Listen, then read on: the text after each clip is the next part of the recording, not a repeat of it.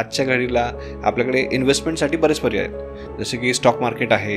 Gold आहे, बाकीचे पण आहेत. मग आजच्या कंडिशनमध्ये रिअल इस्टेटमध्ये इन्व्हेस्टमेंट करण्याकडे तुम्ही कसं बघता? योगीजी हे बघा की मी रिअल इस्टेट बॅकग्राऊंड म्हणून आहे, तर लोकांना असं वाटेल की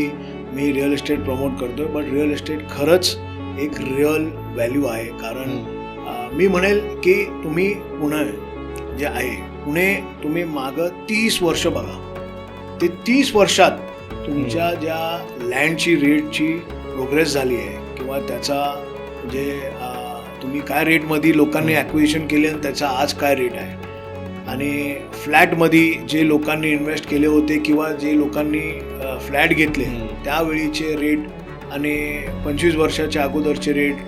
20 वर्षाच्या अगोदरचे रेट, ते प्रत्येक 5-5 वर्षाचा जर का तुम्ही कालावधी घेतला तर तुम्हाला स्वतःला हे ॲनालिसिस होतील की आपले रेट रिअल इस्टेट